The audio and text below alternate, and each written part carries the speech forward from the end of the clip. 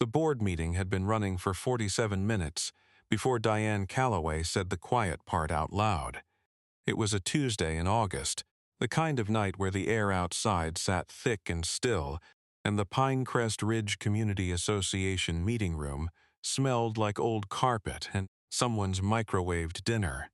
12 homeowners sat in folding chairs arranged in a loose semicircle. The ceiling fan turned at a speed that could charitably be described as decorative. And at the head of the table, chair that was technically identical to the others, but had somehow accumulated the spiritual weight of a throne, sat Diane Calloway, president of the Pinecrest Ridge Community Association, self-appointed aesthetic guardian of Magnolia Lane, the woman who had, in the span of one calendar year, managed to make a 43-year-old elementary school teacher genuinely consider moving to a different state. The agenda item on the table, printed in 12-point Arial on the association's cream-colored letterhead, read 5C, Shared Use of Private Residential Amenities, Voluntary Community Access Program. That was the name Diane had chosen for it, the name she had drafted, proved with herself, and placed on the agenda without a prior homeowner vote or a formal notice period, in violation of Article 4, Section 3 of the Pinecrest Ridge CC&Rs, which required 14 days written notice before any agenda item carrying financial or property implications could be introduced at a regular meeting. But rules, as anyone who had lived within 100 yards of Diane Calloway for more than 6 months understood, were for other people.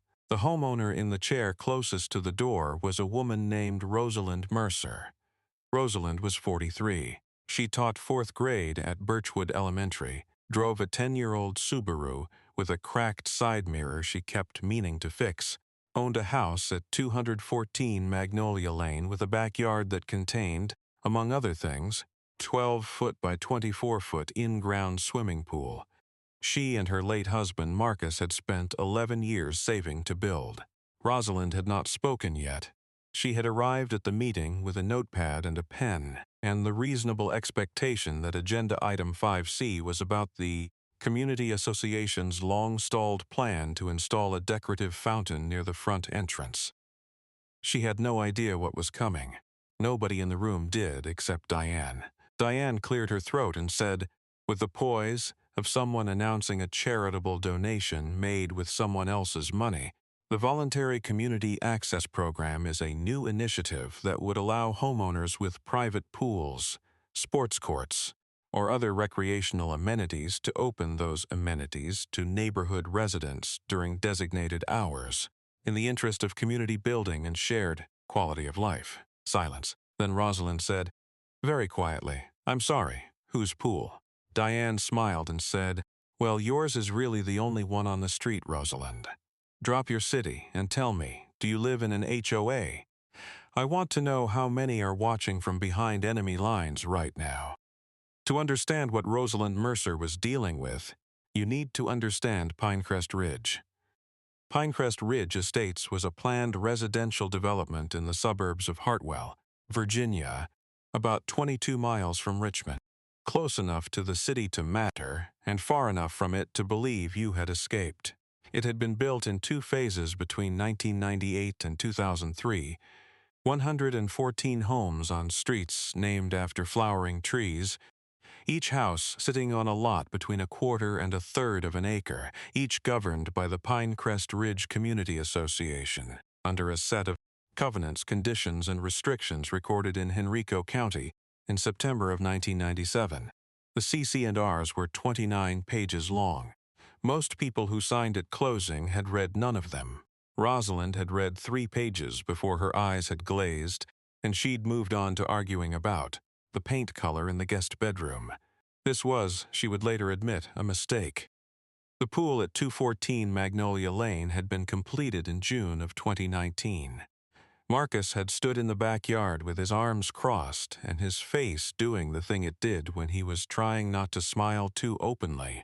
And they had watched the crew fill it, and the water had gone from cloudy to clear over the course of an afternoon.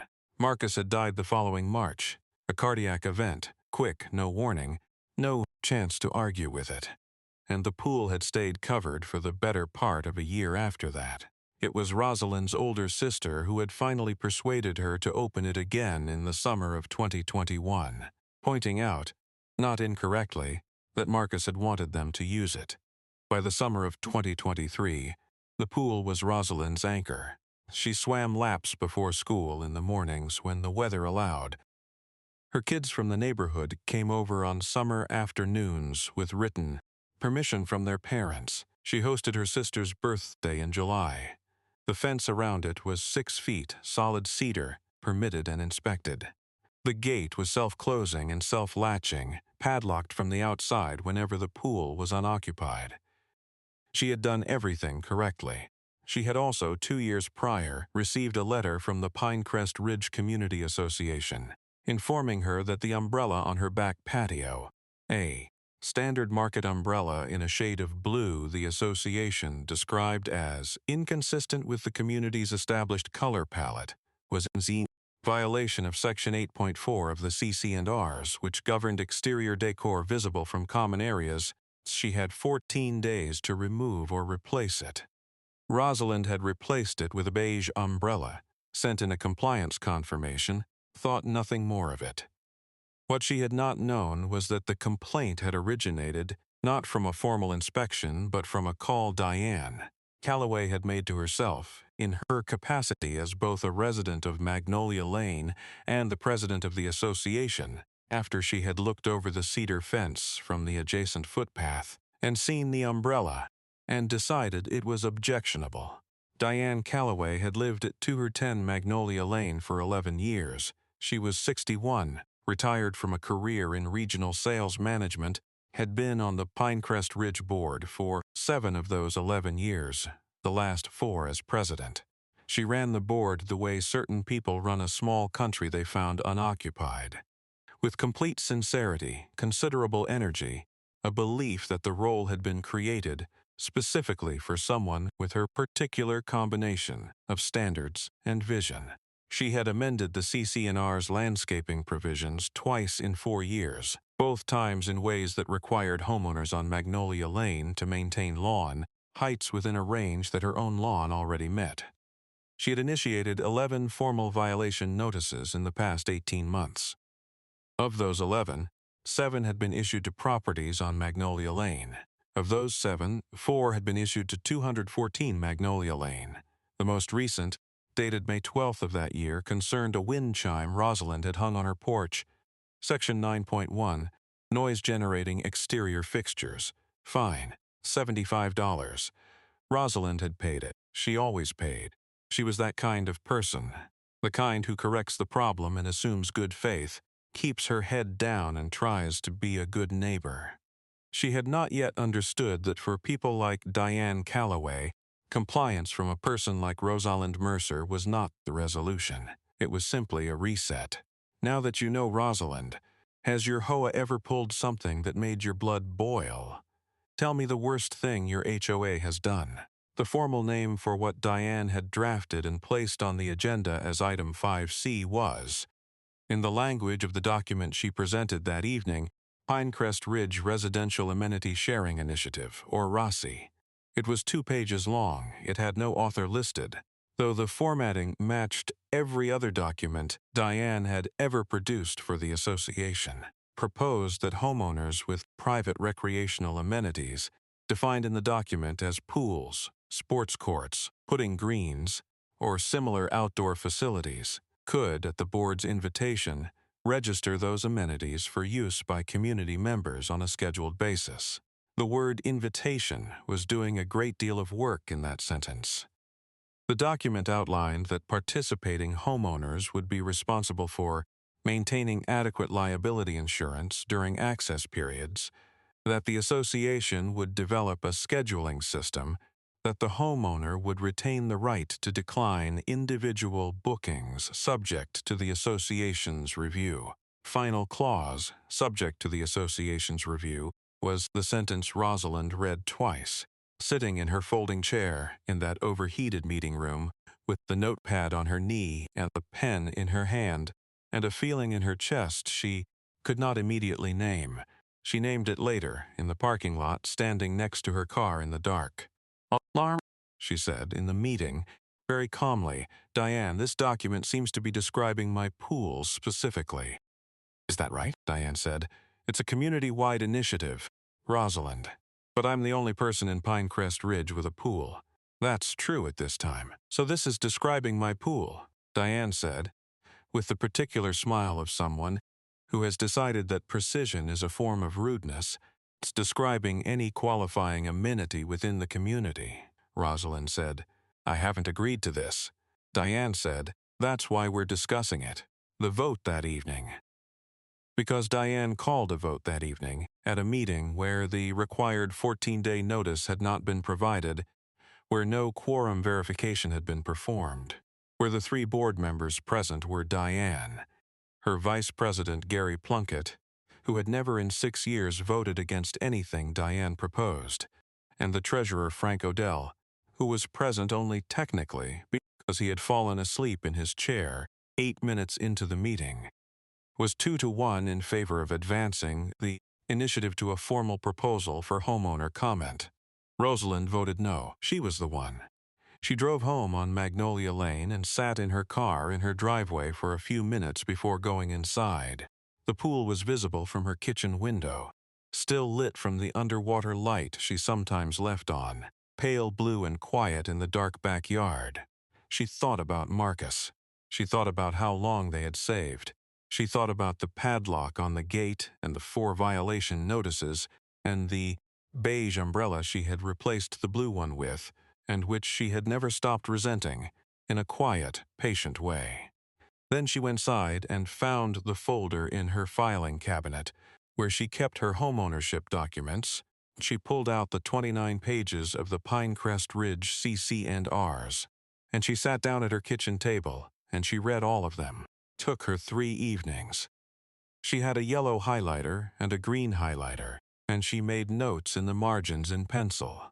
By the end of the 3rd evening, she had filled 4 pages of a legal pad and highlighted 11 separate passages in yellow, meaning potentially significant, and 3 in green, meaning possible violations by the board itself. The 3 in green were Article 4, Section 3. 14-day advance written notice required for agenda items with financial or property implications. The RSVP initiative had been placed on the agenda without advance notice to homeowners. Article 7, Section 1A. Board-initiated programs requiring homeowner compliance or participation must be approved by a vote of no fewer than 60% of eligible homeowners, not solely by the board. Voluntary or not, the RSVP document used language suggesting that a homeowner's refusal could be subject to board review, which implied compelled participation, Article Osiris, Section 4. No provision of the CC&Rs, no board resolution, and no association program shall operate to divest a homeowner of exclusive use of their privately owned property or create any easement, license, or right of access in favor of third parties without the homeowner's written voluntary and uncoerced consent. Rosalind read that last one 3 times. Then she took a photograph of it with her phone and sent it to her sister with a message that said, I think they just tried to take my pool. Her sister, who was a dental hygienist and not a lawyer, but was also significantly angrier on Rosalind's behalf than Rosalind had yet allowed herself to be, sent back a string of characters that conveyed her position clearly. Then Rosalind found, through the Birchwood Elementary School network, the name of a lawyer who had handled an HOA dispute for another teacher's family 2 years prior. His name was Warren Tully. He was a general practice attorney in Hartwell, with a background in property and contract law and a professional manner that Rosalind would later describe as a man who has sat across from Deanne's before. She sent Warren Tully an email at 11:15 on a Thursday night. He replied at 7:40 the following morning. The first meeting was scheduled for the following Tuesday. In the 11 days between the board meeting and her meeting with Warren Tully, 3 things happened. The first was that a formal notice arrived at 214 Magnolia Lane, dated 2 days after the board meeting, on official Pinecrest Ridge Community Association letterhead. informing Rosalind that the residential amenity sharing initiative had been advanced, Phase 2, homeowner engagement, and that the association was requesting her response within 30 days regarding her participation, along with documentation of her current homeowner's insurance policy and any existing safety certifications for the pool. She had not consented to Phase 1. There was no mention of this. The second was that Diane Calloway mentioned the Pinecrest Ridge Neighborhood Watch meeting, a gathering Rosalind did not attend, that the community was working on some exciting shared amenity plans for the summer, and that residents should watch for more information. 3 homeowners on Birchwood Court emailed Rosalind the following week, asking whether they could book time at the pool for their kids. They were not being malicious. They had genuinely been told it was becoming a community resource. The third was a message left on Rosalind's front door, not a letter, not official correspondence, just a handwritten note in blue ink on a post-it from a neighbor named Carol Finch, who lived 4 houses down and whose son had once broken a window in Rosalind's garage with a baseball, and who had handled that with admirableness. The note read, "Rosalind, I don't know if you know what Diane is telling people. Call me." Rosalind called her. Carol said, "She told my husband the pool situation was being resolved, like you'd already agreed." "I wanted you to know," Rosalind said. "I haven't agreed to anything," Carol said. "I know. That's why I left the note." Warren Tully had a corner office on the 3rd floor of a brick building on Hartwell's main commercial strip, decorated in the manner of a man who had given up on decor somewhere around 2008 and found peace with it. He had read Rosalind's email, printed the CC&Rs she had sent him, and marked his own copy with a yellow highlighter. His marks and hers, Rosalind noted, were in almost exactly the same places. He said, "They have a problem." He said this in the tone of someone identifying a fault line in someone else.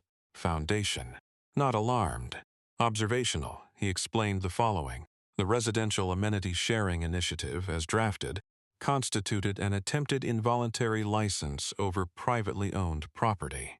The language in the document, specifically the clause making a homeowner's refusal subject to the association's review, was not voluntary. Applied associational authority over a decision that was, under both the recorded CC&Rs and Virginia property law, exclusively Rosalind's to make. The board had not complied with the notice requirements of Article 4. They had not put the initiative to a 60% homeowner vote as required, under Article 7. And they had proceeded to communicate to third parties, the neighbors who had contacted Rosalind about bookings, that the pool was becoming accessible without her consent in a manner that had created a reasonable expectation of access that did not legally exist. He used the phrase cloud on title. He used the phrase tortious interference with property rights. He used the phrase, "We have a very good letter to write." He wrote it the following week. Was addressed to the Pinecrest Ridge Community Association Board of Directors. Attention Diane Calloway, President. It was 4 pages long. Cited Article 4, Article 7, Section 1 Article 11, Section 4, Virginia Code 55-1, which governs the limits of HOA authority over member properties, and a 2018 Virginia Court of Appeals decision. Hargrove, Westfield Commons HOA, which a board had attempted to compel participation in a shared maintenance program, and had been found to have exceeded its authority under recorded covenants. It demanded in plain language that the RSVP initiative be formally withdrawn, that no further communications be made to any Pinecrest Ridge homeowner regarding access to 214 Magnolia Lane's pool, that a written retraction be distributed to all homeowners who had received information suggesting that access was being arranged, the board confirm in writing within 15 business days that it would not pursue any further action of this nature without the explicit, voluntary written consent of the property owner. It also noted in a paragraph near the end that Warren Tully described as the part where we mention the thing we haven't done yet, that Rosalind reserved all rights to pursue legal remedies including claims for damages arising from the cloud on title created by the association's actions and for the reputational harm caused by the association's communications to third parties. The letter was sent certified mail. Return receipt requested on a Thursday morning. Diane Calloway signed for it on Friday at 11:22. Zero taken, but they tried to take her pool against Rosalind Mercer. Is this legal where you live? What would you have done? What followed was 19 days of what Warren Tully called, without drama, the response gap. The board did not respond within 15 business days. The board did not respond at all, formally, for almost 3 weeks. What the board did instead, what Diane Calloway did instead, because the board and Diane's will were, for all practical purposes, the same thing, was proceed. On the Saturday morning 11 days after Warren's letter was delivered, Rosalind was in her kitchen making coffee when she heard music from her backyard. She looked out her kitchen window. Through the wooden slats of her cedar fence, she could see movement, color, the suggestion of people. She went to the back door and opened it. She walked to the gate in the fence. The padlock was open. She did not have a memory of leaving it unlocked. She looked at the latch and saw that the hasp had been pried at some point. Not recently, not that morning, but at some point the metal had been bent slightly, enough that a locked padlock could still be maneuvered free from the outside with some patience. The right kind of leverage. In her pool, her private, personally owned, 11 years to save for, Marcus had stood here, with his arms-crossed swimming pool. There were 7 people, 2 adults and 5 children. One of the adults was a woman named Terry Sukowski from Birchwood Court, whose kids Rosalind knew from the neighborhood. The other adult was a man Rosalind did not recognize at all. The 5 children ranged in age from approximately 5 to 12. Someone had set up a folding table just inside the gate with a cooler and a stack of plastic cups.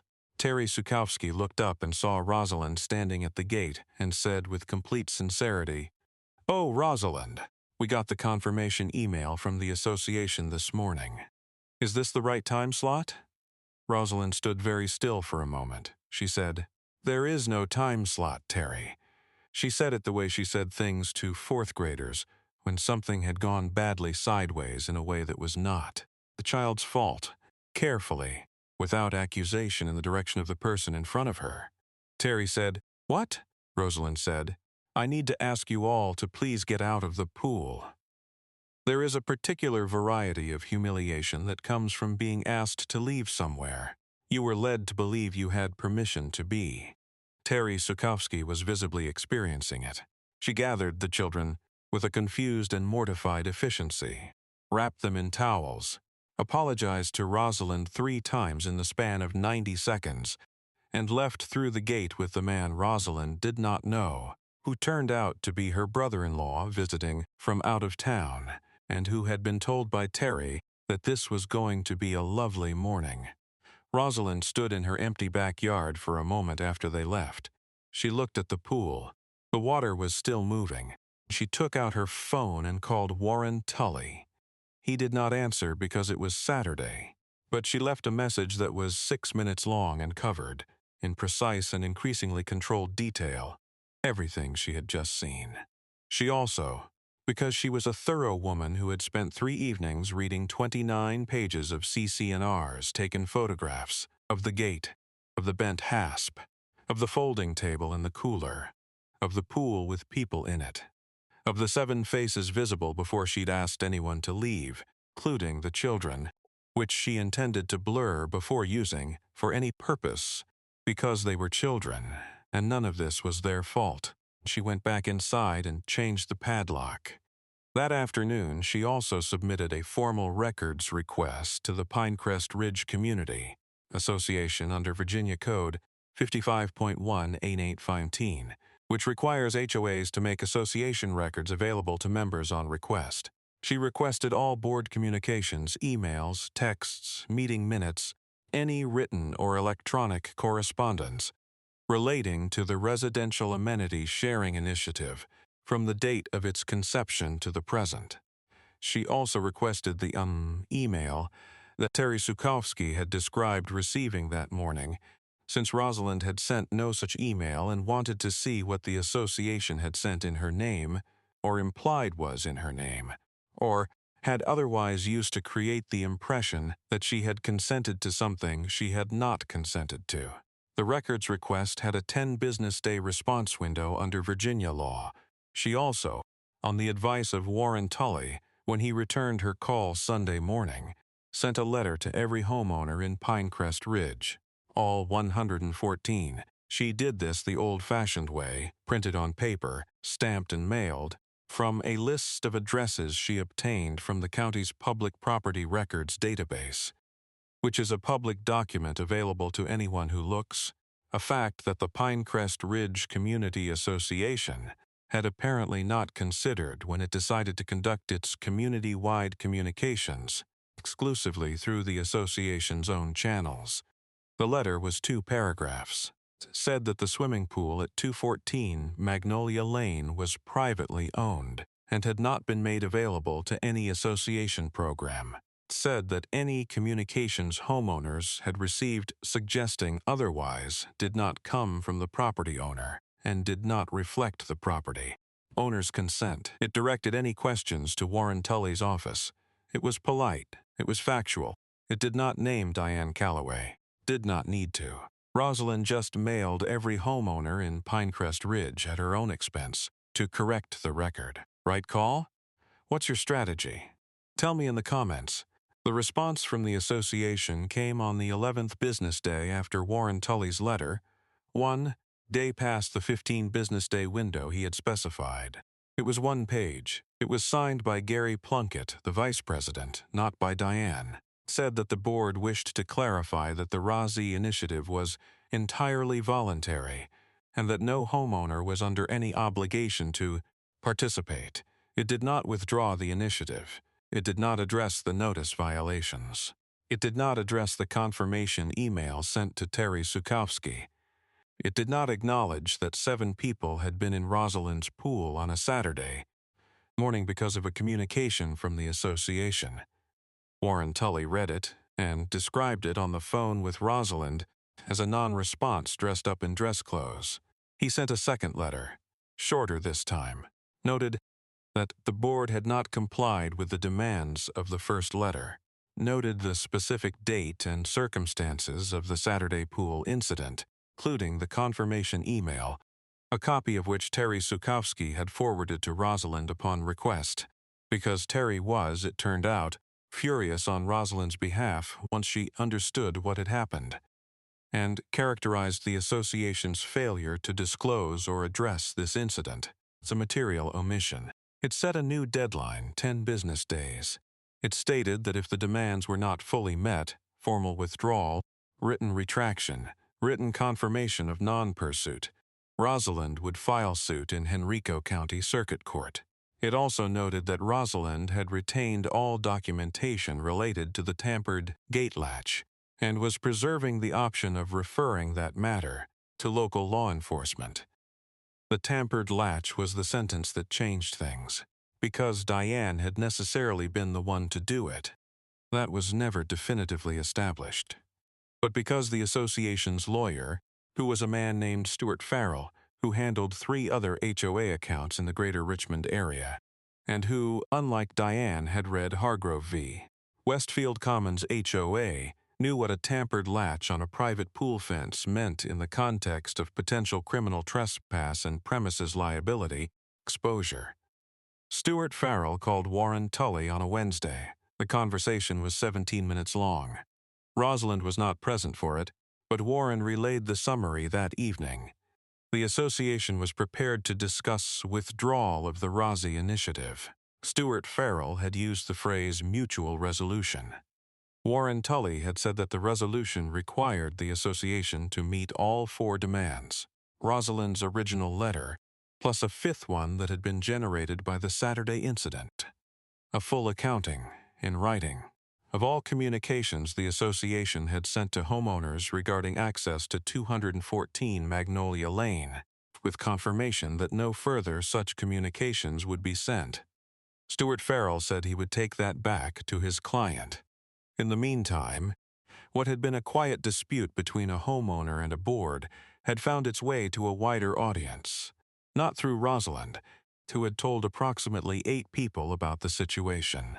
Through the Pinecrest Ridge Community Forum, an online message board that most residents ignored except during community events, where Terry Sukowski had posted a thread titled, "In the straightforward style of a woman who had had enough," about the pool situation.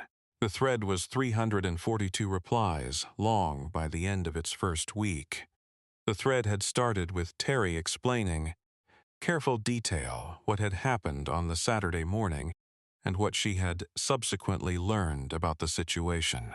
She had been given permission to participate in the pool program by an email from the Pinecrest Ridge Community Association.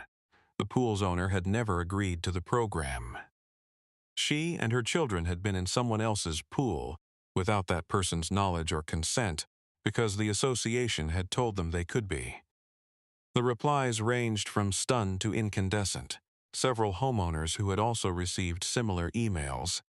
It emerged that the Saturday slot was one of 7 time slots the association had, apparently scheduled for multiple different households, posted in the thread. One family from Sycamore Drive had shown up at the gate the prior weekend and found it locked and assumed they had the time wrong. They had not known there was a dispute. They had simply been sent a calendar invitation by the association for time at a pool they did not own. Carol Finch posted in the thread. She said, without naming Diane, that she had been aware of the situation for several weeks and had tried to alert Rosalind. She said she thought the homeowners of Pinecrest Ridge deserved to know that their association had been communicating with them as if a private property agreement was in place when no such agreement existed. A retired civil engineer named Harold Bates from Dogwood Circle posted an analysis of the CC&R violations that was, Rosalind thought when she read it, marginally more thorough than her own. A woman named Patricia Orr, who had lived in Pinecrest Ridge since the development's second phase, and who had served on the original founding board, posted a single paragraph that simply read, "This is not the first time this board has exceeded its authority. It is, however, the most egregious. I will be at the next meeting." The thread was eventually shared on 2 local neighborhood Facebook groups, and then, by a Hartwell resident who was a contributor to a regional lifestyle blog, excerpted in a post titled, "Virginia HOA allegedly scheduled community access to homeowner's private pool without consent." The blog post got 400 shares in its first 24 hours. A reporter from the Hartwell Courier-Dispatch sent Rosalind an email on a Friday morning. Rosalind called Warren Tully before responding to the reporter. He advised her to speak with the reporter, keep to facts, speculate about intent, and let the documented record speak. She followed this advice precisely. She spoke with the reporter for 40 minutes. She provided documentation. The Rosie letter from the association, Warren's 2 demand letters, the confirmation email Terry Sukowski had forwarded, the photographs from the Saturday morning, with the children's faces blurred. She did not editorialize. She did not characterize Diane by name. She described the events in the order they had occurred, with dates and specifics. When the reporter asked what she wanted from the situation, she said, "I want my pool to be my pool, that's all." The story ran on a Tuesday, was on the Courier-Dispatch's website by 7 in the morning and in print by noon. The headline was, "Hartwell HOA sent booking confirmations for homeowner's private pool without her consent." The story covered the full timeline, included the CC&R violations Warren Tully had identified. It included a comment from Stuart Farrell that said only that the association and the homeowner are in active discussions toward resolution. It included a comment from Diane Calloway that said the Rosie initiative was a community-minded effort undertaken in good faith, and that the situation had been taken out of context by parties who misunderstand the association's tensions. It included Terry Sukowski saying, on the record and in her own name, "I was told I had permission to be in that pool. I didn't. That's not something I can take out of context." The story was picked up by a Richmond television station by 3 o'clock that afternoon. The segment ran on the 6 o'clock news. A reporter stood on Magnolia Lane, which Rosalind found somewhat surreal, said something to camera about HOA overreach and private property rights and the limits of community association authority. The Courier-Dispatch published 3 letters to the editor over the following week. 2 were from Pinecrest Ridge homeowners. One was from a Hartwell attorney unaffiliated with the case, who wished to note, for the public's edification, the CC&R provisions Rosalind's lawyer had cited were standard across most Virginia HOA documents, that homeowners generally had more protection against this kind of board action than they knew. 41 homeowners signed a petition, drafted by Harold Bates from Dogwood Circle and circulated by Carol Finch, calling for a special homeowner meeting to address the board's conduct. Virginia Code 55.1-1816 Starnstead requires an HOA board to convene a special meeting upon written petition from no fewer than 10% of members. 114 homes in Pinecrest Ridge. 10% was 12. 41 was more than 10%. The board had 30 days to schedule the meeting. Diane Calloway sent a letter to homeowners, described the petition as based on misinformation, and the media coverage as a one-sided narrative generated by a single disgruntled homeowner. It invited residents to contact her directly with any questions or concerns. 17 people emailed the association with questions and concerns. 14 of those emails were not supportive of Diane's position. This was not public information, but Carol Finch knew, because she had a friend who was Frank Odell's wife, and Frank Odell's wife had told her that Frank had finally woken up, figuratively and possibly literally, and read the petition and told Diane that he thought the board needed to settle this. Frank Odell resigned from the board on a Thursday. He cited personal reasons. He did not elaborate publicly. In a private conversation with Harold Bates, he elaborated somewhat more. The special meeting was held on a September evening, 26 days after the petition was filed, in the same community room where the original board meeting had been held. The ceiling fan still turned at the same decorative speed. The carpet still had the same smell, but the room was not the same. There were 48 homeowners present, which was the highest attendance at a Pinecrest Ridge Association meeting in at least a decade. There were also 2 chairs along the wall where 2 people sat with notebooks open, which Rosalind recognized as reporters. Gary Plunkett had resigned from the board 6 days prior, also citing personal reasons, which in his case appeared to be a calculation about how the evening was likely to go. Diane Calloway was present. She sat at the head of the table with a composure that Rosalind found either admirable or alarming, depending on the moment. She had prepared remarks. She delivered them.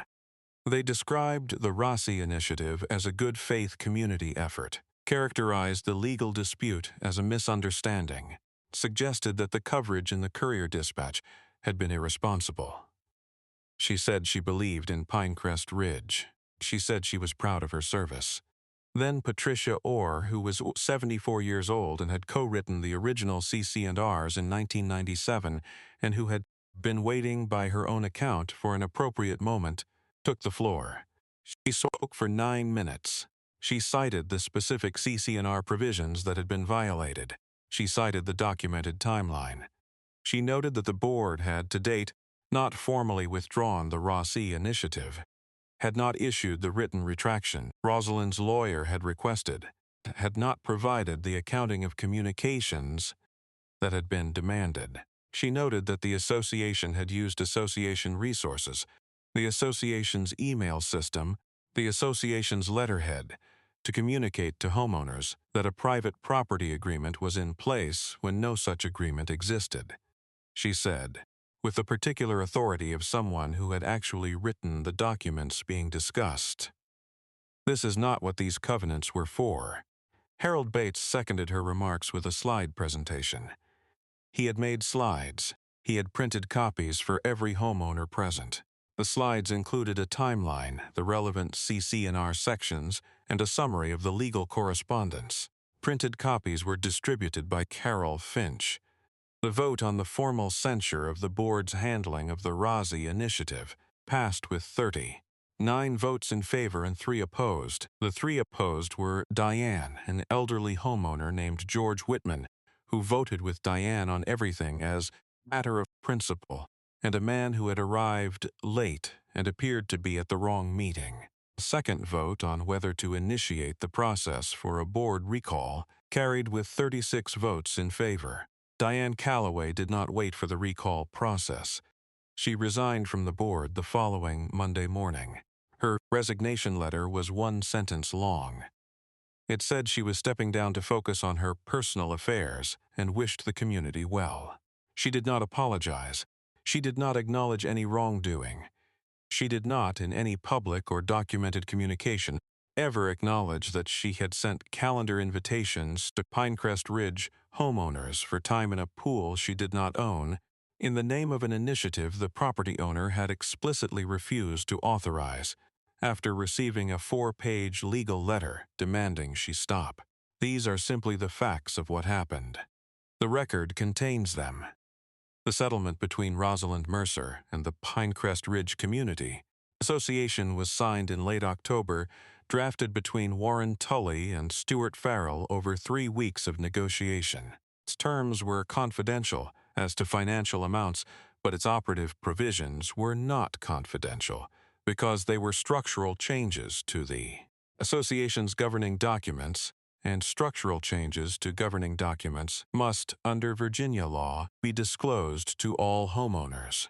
The settlement required the formal withdrawal of the RSVP initiative, made permanent by amendment to the CC&Rs explicitly prohibiting the board from initiating any program that would create access rights to privately owned property without the written voluntary consent of the property owner, required the issuance of a written notice to all homeowners confirming that no access program for 214 Magnolia Lane had ever been validly authorized. It required the association to adopt a written policy governing advance notice for agenda items, codifying, in plain language, the Article 4, Section 3 requirements that the board had ignored. It required the association to engage, at its own expense, a licensed property management firm to oversee administrative functions for a period of no less than 2 years, with the intent of providing professional oversight of board operations during the transition period following the reconstitution of the board. A new board was elected in November. Harold Bates was elected president. Carol Finch was elected to the board. Patricia Orr declined a board seat but agreed to serve as an advisory member on the CC&R Review Committee. The first item the new board addressed, its inaugural meeting, was the backlog of violation notices that had been issued from the prior administration. Of the 11 notices issued in the preceding 18 months, 8 were reviewed and vacated. 4 of the vacated notices had been issued to 214 Magnolia Lane. The fine for the wind chime, $75. Section 9.1, noise-generating exterior fixture, was refunded, along with the others as part of a broader settlement of the administrative record. Rosalind hung the wind chime back up the same afternoon. It was the original one, the blue-green glass one she had taken down in May, which she had not thrown away because she had always intended to put it back. It caught the afternoon light the way it always had. When the November wind came through the porch, it made a sound that was clear and light, and carried about as far as the front walk. The blue market umbrella, the original one, the one from before the beige one, had not survived storage. That one she replaced. She found one in almost exactly the same shade, and opened it in the backyard in late October, too late in the season for it to matter practically but on principle. The pool she winterized for the season on a weekend in early November. She did this herself, the way she had done it every year since Marcus died, following the checklist she had saved on her phone. She balanced the water, added the winterizing chemicals, cleared the skimmer, pulled the cover over, and latched it with a new padlock. She stood in the backyard for a moment before going inside. The light was low and thin, the way it gets in November, and the yard was quiet. After everything Rosalind went through, was it worth it? Have you fought your HOA, won or walked away? Tell me your story. Here is what the story of Rosalind Mercer and the Pinecrest Ridge Community Association costs. When you add it up plainly, Warren Tully's fee, 2 certified letters, the postage for 114 pieces of mail, 3 evenings with a highlighter and a legal pad. Here is what it produced. A private pool that stayed private. A wind chime that makes a sound in the November wind. Beige umbrella replaced with a blue one. A community association that is now required, by amendment to its own governing documents, to ask before it takes. And here is the thing about Diane Calloway, who drove away from Pinecrest Ridge on a Monday in October and has not been seen at community function since.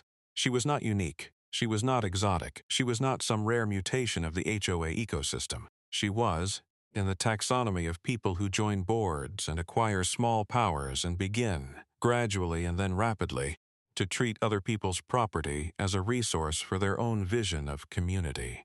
Entirely ordinary. Which is why the Pinecrest Ridge CC&Rs now contain in Article 11, Section 4, a new paragraph that was not there before. It is about private property. It is about consent. It is, in its own modest and legally specific way, a record of what happens when an ordinary person with a pool and a highlighter and 3 evenings decides that enough is enough. If you have found yourself taking notes while listening to this, the CC&R sections, the Records Request Procedure, the Virginia Statutes, that was not an accident. That was the point. Subscribe if this is your kind of story. New episodes every week. And if your HOA thinks your pool is a community amenity, the padlock company Warren Tully recommends is a good place to start.